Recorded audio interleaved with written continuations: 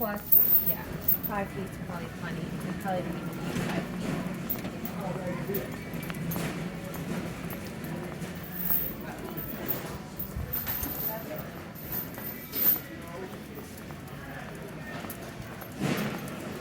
We'll hang out up front in the chaos for a couple minutes and just kind of lay down and watch things, going on around us. That was a no and a tap for investigating whatever that was on the floor.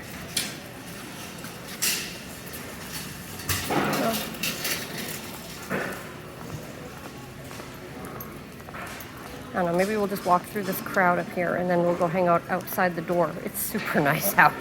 I want to be outside. But we'll navigate through all this.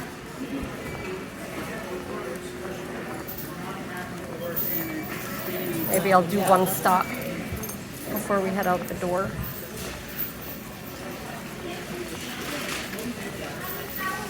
Just make sure she'll stop and sit with me. Sit.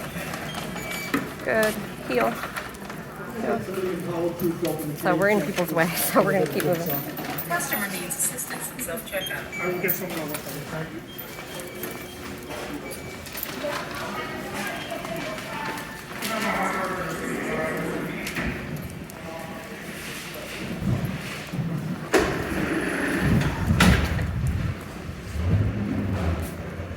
Good girl. We'll hang out right here. Down. Good. Good girl.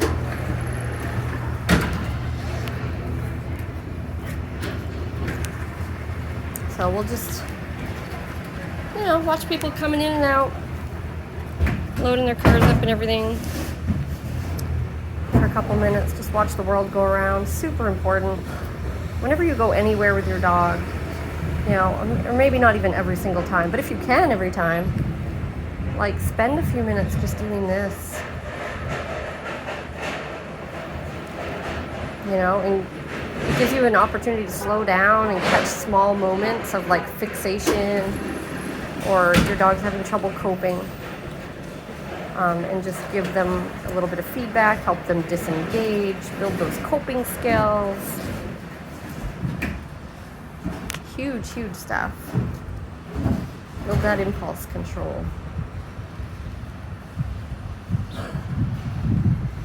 So, beautiful weather, finally. Goodness, it rained for 2 weeks.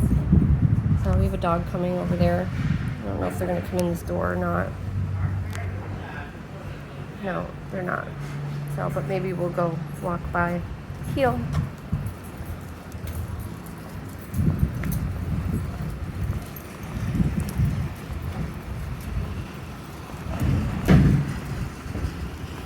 So we're behind them.